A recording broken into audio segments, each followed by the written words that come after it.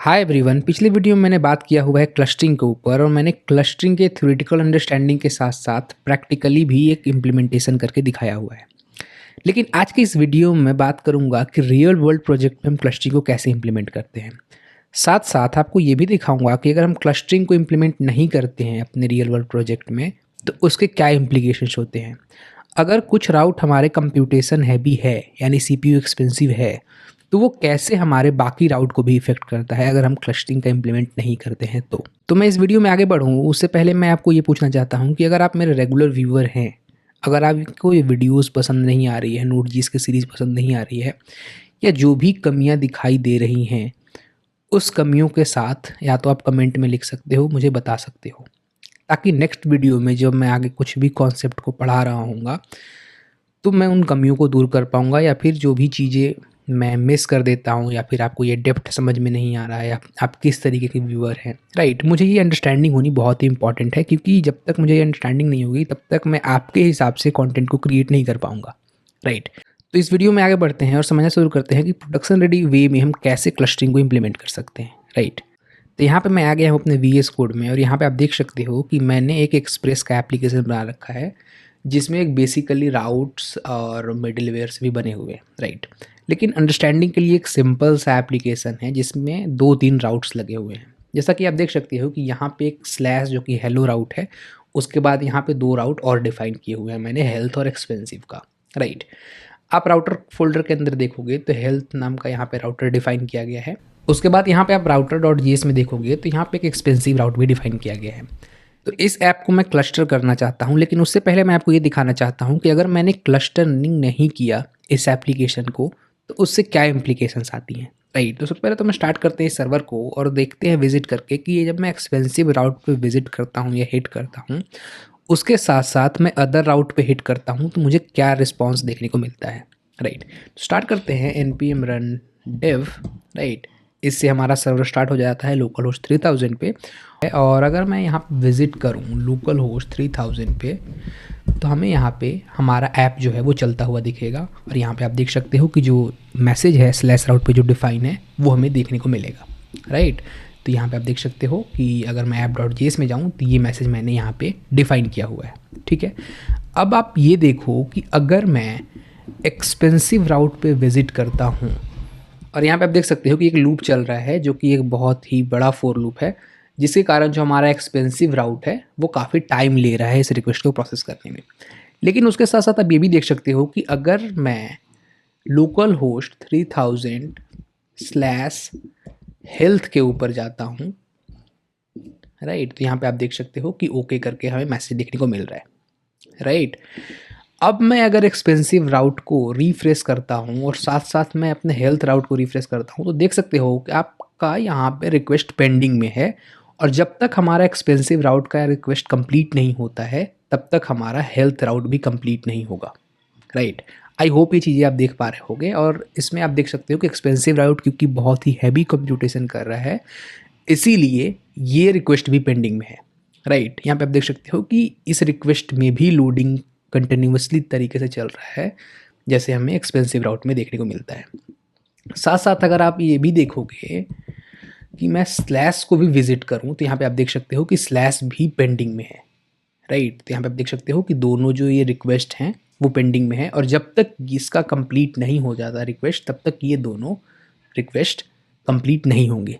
Right, तो यहाँ पे आप देख सकते हो कि जैसे ये कंप्लीट हुआ तो ये दोनों जो रिक्वेस्ट है वो भी रिजॉल्व हो गया।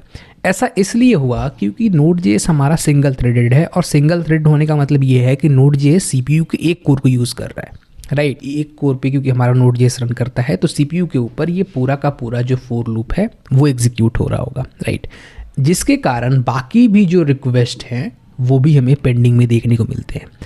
तो अब इसी सिनेरियो को रियल वर्ल्ड एप्लीकेशंस में सोचो। रियल वर्ल्ड एप्लीकेशंस में अगर आप सोचोगे इस सिनेरियो को तो आपको देखने को मिलेगा कि अगर मल्टीपल यूज़र्स आ जाते हैं आपके सर्वर पे तो होगा क्या कि कुछ राउट अगर CPU एक्सपेंसिव हैं तो जिसके कारण बहुत सारे यूज़र्स को डिले रिक्वेस्ट देखने को मिलेंगे।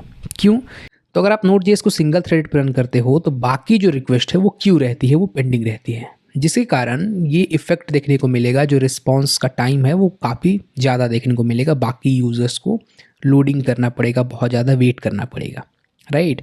क्योंकि आपका सर्वर जो है वो सिंगल कोर पे यूज़ हो रहा है, और सिंगल कोर पे यूज़ होने के कारण बहुत सारे रिक्वेस्ट, अगर CPU एक्सपेंसिव है तो उसी में वो लगा हुआ है, ठीक है। अब इस एप्लीकेशन को मैं क्लस्टरिंग के थ्रू इम्प्लीमेंट करने वाला हूँ। ये जो क्लस्टरिंग का इम्प्लीमेंटेशन है वो बिल्कुल प्रोडक्शन रेडी वे में मैं करूँगा, राइट। तो ये हमारा server.js फाइल है, और इस फाइल में मैं क्लस्टरिंग का कोड लिखने वाला हूँ, ठीक है। तो मैं सबसे पहले तो रिक्वायर करूँगा क्लस्टर मॉड्यूल को, राइट। तो मैंने यहाँ पे क्लस्टर को रिक्वायर कर लिया है। उसके साथ साथ मैं OS मॉड्यूल को रिक्वायर करूँगा, जहाँ पे देख सकते हो ये सजेशन हमें देखने को मिल रहा है, राइट। अब हम क्या करेंगे कि नंबर ऑफ CPU कोर्स निकालेंगे, कितने CPU कोर हमारे सिस्टम में हैं, राइट। क्योंकि आप हार्डवेयर का मैक्सिमम यूटिलाइजेशन तब कर सकते हो जब आपके सारे कोर्स पे आपका नोड प्रोसेस चल रहा है, राइट। सारे कोर आपके रिक्वेस्ट को हैंडल कर पा रहे हैं, राइट। तो OS के CPU मेथड से हमें एक CPU का एरर मिल जाता है, और उसके बाद मैं यहाँ पे लेंथ निकालूंगा, और ये लेंथ बता देगा कितने CPU हमारे सिस्टम में हैं, राइट। अब मैं यहाँ पे लगाता हूँ एक चेक, ठीक है। तो मैं यहाँ पे लिखता हूँ cluster dot is primary, right. और इसके बाद मैं यहाँ पे इसको स्टार्ट करता हूँ, और एक मैं एल्स ब्लॉक भी यूज़ कर लेता हूँ ताकि इसमें मैं अपना सर्वर को कर सकूँ। आपने मेरा पिछला वीडियो देखा होगा तो उसमें मैंने ये चीज़ें दिखाया हुआ है करके, इम्प्लीमेंट करके। तो यहाँ तक आपको मुझे लगता है समझने में कोई दिक्कत नहीं हो रही होगी, राइट, ठीक है। तो यहाँ पे मैंने फॉर लूप लगा दिया है, और ये फॉर लूप कितने टाइम रन होगा, जितने हमारे CPU प्रेजेंट होंगे हमारे सिस्टम में, ठीक है। अब यहाँ पे मैं करूँगा क्लस्टर डॉट फोर्क, ठीक है।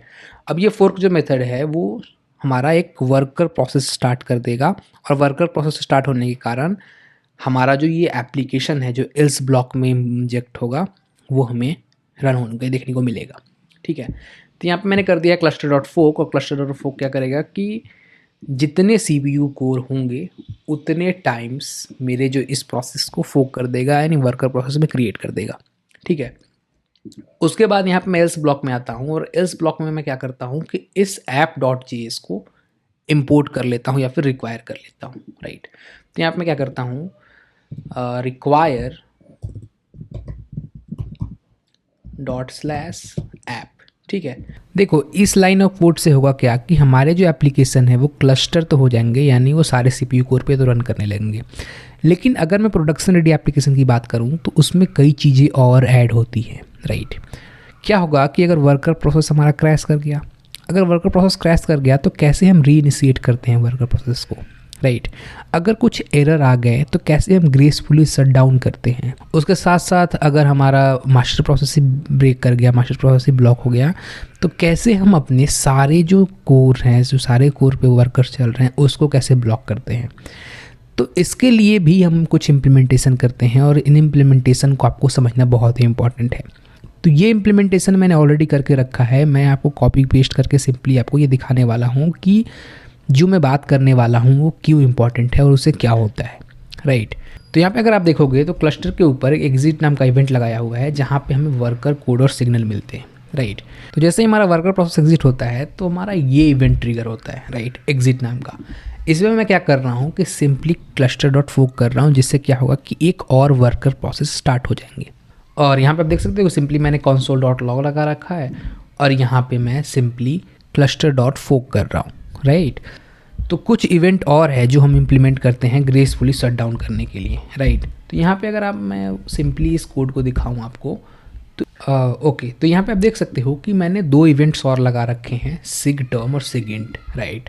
तो ये जो इवेंट है वो सिस्टम जनरेट होते हैं, सिस्टम के थ्रू आते हैं हमारे एप्लीकेशन पे, और ये जो इवेंट हैं वो उसके थ्रू मैं यहाँ पे ग्रेसफुली शट डाउन कर रहा हूँ अपने एप्लीकेशन को और वर्कर प्रोसेसेस को, राइट।